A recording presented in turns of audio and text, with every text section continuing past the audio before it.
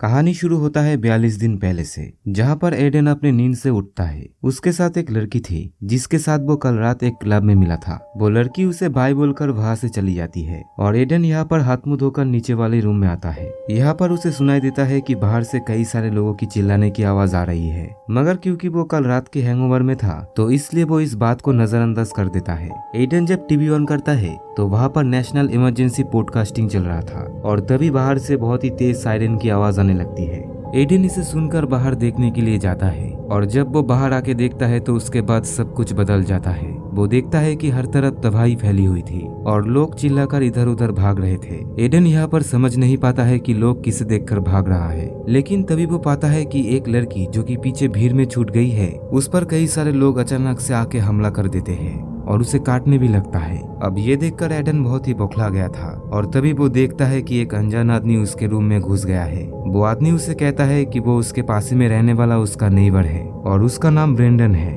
Aiden उससे पूछने लगता है कि बाहर क्या हुआ है, जहाँ पर वो कहता है कि जब वो जॉगिंग करके अपने घर वापस लौट रहा था तब कई सारे लोग उसके ऊपर बेवजह हमला कर देता है। यहाँ से वो ये भी कहता है कि उनमें से एक आदमी ने उसे काट भी दिया था, जिसके बाद वो अपनी जान बचाने के लिए यहाँ पर आ गया और अब वो एडन के बाथरूम में अपनी उस घाव को देखने के लिए जाता है। एडन सब कुछ सुनने के बाद अपने पास एक चाकू रख लेता है और टीवी पर देखने लगता है कि बाहर अचानक से क्या हो रहा है। यहाँ पर उसे पता चलता है कि अचानक से लोगों में एक वायरस फैल गया, जिसके बाद से उन लोगों में अपने अंदर खुद का कोई कंट्रोल नहीं है और वो दूसरों को काटने लगता है। जिन लोगों को वो काटता है वो लोग भी उनके तरह ही बन जाते हैं, यानी कि ये कोई एक बेहद ही खतरनाक ज़ॉम्बी वायरस है। दूसरी तरफ अब तक ब्रेंडन बाथरूम से निकल आया था। एडन उसे कहता है कि उसने टीवी में देखा है कि जिसे ज़ॉम्बीज काट लेते हैं वो भी उनके तरह बन जाते हैं, तो इसलिए एडन उसे चाकू दिखाकर अपने घर से बाहर निकलने के लिए कहता है। यहाँ पर ब्रेंडन उसे समझाता है कि उसे कुछ नहीं हुआ, पर अब तक उसके अंदर वायरस फैलना शुरू भी हो चुका था। मगर वो एडन के कहने पर अब बाहर चला जाता है, लेकिन बाहर जाते ही और भी कई ज़ॉम्बीज उस पर अटैक कर देता है, जिन्हें कि एडन अपने दरवाजे की कीहोल से देख रहा था।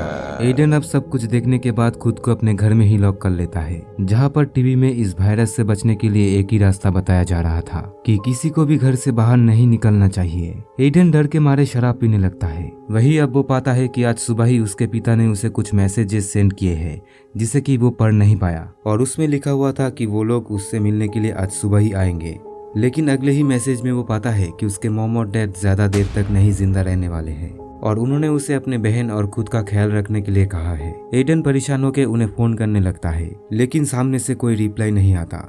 एडन समझ जाता है कि उसके मॉम और डैड भी अब ज़ॉम्बी बन चुके हैं। वो अब बहुत ही दुखी होकर यहाँ पर ही फैसला करता है कि वो जिंदा रहेगा और वो एक मार्कर पेन से आईने पर पहले दिन का निशान बनाता है। फिर धीरे धीरे अब इस तरह 6 दिन बीत चुके हैं, जहाँ पर एडन अभी तक घर में ही बंद है। उसे अब काफी बोरिंग फील होने लगता है, तो इसलिए वो खुद को बिजी रखने के लिए दरवाजे के सामने फ्रिज को लाके रख देता है ताकि कोई बाहर से अंदर ना आ पाए। फिर एडन अब टीवी में पाता है कि ज्यादातर लोग अब इन्फेक्टेड हो चुके हैं, तो इस कारण आने वाले समय में पानी की सप्लाई बंद हो सकती है। सो सबको अपने घर पर पानी की रिजर्व कर लेना चाहिए। वही अब रात में एडन खुद का एक वीडियो बनाता है, जहाँ पर वो कहता है कि लगातार वो अकेला घर में रह के उसके अंदर बहुत ही एंजाइटी काम कर रहा है। वही अब ऐसे ही 14 दिन बीत जाते हैं, जहाँ पर हालत ठीक होने की बजाय और भी खराब हो जाता है। एडन अब देखता है कि उसके घर में खाने पीने की सामान अब खत्म होने जा रहा है, तो इसी कारण उसे फाइनली बाहर तो निकलना ही पड़ेगा। जहाँ अब तो एडन को एंजाइटी अटैक भी आने लगता है और इसी बीच एक ज़ॉम्बी बाथरूम वेंटिलेशन के जरिए उसके घर में घुस जाता है, मगर एडन उसे एक बैट से मार के बाहर फेंक देता है। फिर वेंटिलेशन को भी वो बंद कर देता है और अब एडन को घर से बाहर निकले पूरा 1 महीना हो चुका है।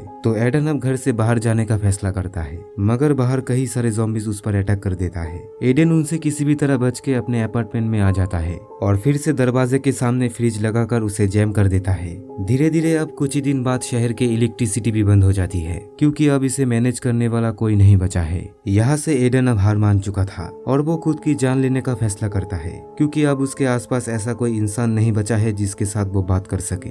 अब एडन खुद की जान लेने ही वाला था, लेकिन तभी वो पाता है कि उसके सामने वाली बैल्कनी में एक लड़की रहती है, जिसे देख वो मरने का इरादा छोड़ देता है और फैसला करता है कि वो उसके साथ कांटेक्ट करेगा। वही अब तक उसके लैपटॉप की बैटरी भी खत्म हो चुकी थी और अब तो उसे चार्ज में भी नहीं दिया जा सकता। यहाँ से अब एडन एक पेपर के जरिए उस लड़की के साथ कांटेक्ट करने की कोशिश करता है और यहाँ पर वो पाता है कि उस लड़की का नाम ईवा है और वो भी अपने अपार्टमेंट में अकेले ही फंसी हुई है। और अब दोनों बहुत ही दिन बाद किसी से बात कर रहे हैं। यहाँ पर ईवा कहती है कि उसके पास पानी नहीं बची है और एडन कहता है कि उसके पास बहुत ही पानी बचा है और वो कोई ना कोई तरीका ढूंढ लेगा ईवा के पास पानी पहुंचाने का। अब रात में एडन की हालत पहले से थोड़ी अच्छी होती है और क्योंकि बाहर बारिश भी हो रही थी तो वो पानी इकट्ठा करते हुए नहा भी लेता है, क्योंकि वो पिछले 1 महीने से पानी बचाने के लिए नहाया नहीं था। फिर अगले दिन एडन पीने का पानी ईवा तक पहुंचाने की कोशिश करता है, लेकिन इसी बीच ज़ॉम्बीज़ ने उन्हें नोटिस कर लिया था और वो बड़े ही तेजी से ऊपर चढ़ने लगता है। एडन यहाँ पर पाता है कि उसके दरवाजे से कुछ ज़ॉम्बीज़ अंदर घुसने की कोशिश कर रहा है। एडन जल्दी से जाके उस दरवाजे को और भी मजबूत कर देता है और एक बैट लेकर वो बालकनी वाले ज़ॉम्बी को भी मार डालता है। फिर अब रात में एडन के पास खाने के लिए कुछ भी नहीं बचा था, मगर वो पाता है कि उसके पास ब्रेंडन की अपार्टमेंट का चाबी है और जबकि ब्रेंडन पहले ही दिन मर चुका था तो उसके घर खाने के लिए बहुत कुछ मिल सकता है। फिर एडन उसके घर जाने लगता है, जहाँ रास्ते में ज़ॉम्बीज़ उस पर अटैक भी करता है। एडन किसी भी तरह उनसे बचकर ब्रेंडन की अपार्टमेंट तक पहुंच जाता है। यहाँ पर हालत और भी बिगड़ी हुई थी और बेडरूम में एक लड़की मरी पड़ी थी। एडन जल्दी किचन से सामान लेने लगता है, मगर यहाँ वो पाता है कि ब्रेंडन एक माउंटेन क्लाइंबर था, तो वो उसका सारा सामान लेने लगता है, क्योंकि उसे पता है कि आगे चलकर ये बहुत ही काम आने वाला है। पर इतने में एक ज़ॉम्बी आके उस पर अटैक कर देता है। एडन किसी भी तरह उससे बचकर अपने अपार्टमेंट में लौटता है। यहाँ पर वो पाता है कि ब्रेंडन के सामान में 2 वॉकी टॉकी भी है, यानी कि अब वो ईवा के साथ बात कर पाएगा। एडन जल्दी से नीचे जाके उन ज़ॉम्बीज़ से बचते हुए ईवा के बालकनी में एक वॉकी टॉकी फेंक देता है। फिर सुबह होते ही वो दोनों एक दूसरे के साथ बात करते हैं, जहाँ दोनों ही कई महीने बाद एक दूसरे के साथ बात की है। एडन फिर और भी खाने की चीजों के लिए बाथरूम के वेंटिलेशन के जरिए दूसरे अपार्टमेंट में जाने लगता है।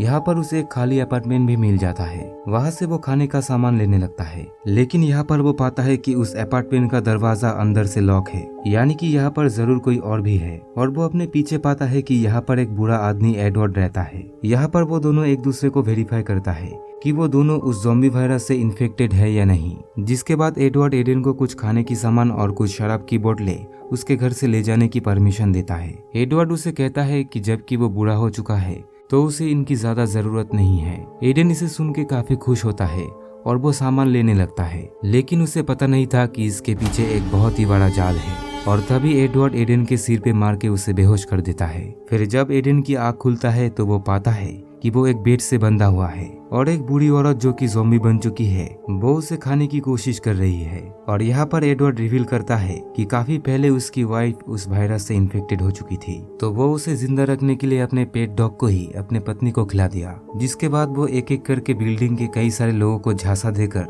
अपने पत्नी को खिलाता रहा और अब वो एडन के साथ भी ऐसा ही करेगा। एडन उसे ऐसा करने के लिए ना करता है, मगर एडवर्ड नहीं मानता है। लेकिन तभी बाहर से किसी की आवाज आती है। एडवर्ड जब उसे देखने के लिए जाता है तो एडन इसका फायदा उठाते हुए अपने रस्सियां खोल लेता है और जैसे ही एडवर्ड वापस आता है तो एडन एडवर्ड को उसके पत्नी के पास फेंक देता है और उसकी पत्नी उसे खाने लगती है। एडन अब जल्दी से किचन का सारा सामान लेने लगता है और इसी बीच उसे ईवा का मैसेज आता है, तो एडन जल्दी से भागकर अपने अपार्टमेंट में लौटता है और बालकनी से वो देखता है कि ईवा के अपार्टमेंट में अब ज़ॉम्बीज़ घुस चुका है। एडन फिर ईवा को बचाने के लिए वो किसी भी तरह अपने बिल्डिंग से नीचे आ जाता है और यहाँ पर उसे अनफॉर्चुनेटली एक सिक्योरिटी गार्ड का गन मिलता है। वो फिर अपने आसपास आने वाले सभी ज़ॉम्बीज़ को शूट करने लगता है और गन की आवाज सुनकर और भी कई ज़ॉम्बीज़ उसके तरफ आने लगता है। जल्दी से एडन ईवा के बालकनी में चढ़ने लगता है, लेकिन अब उसके पीछे और भी कई ज़ॉम्बीज़ आ रहे थे, तो एडन अपने नीचे वाले बालकनी में कूद के उस रस्सी को काट देता है।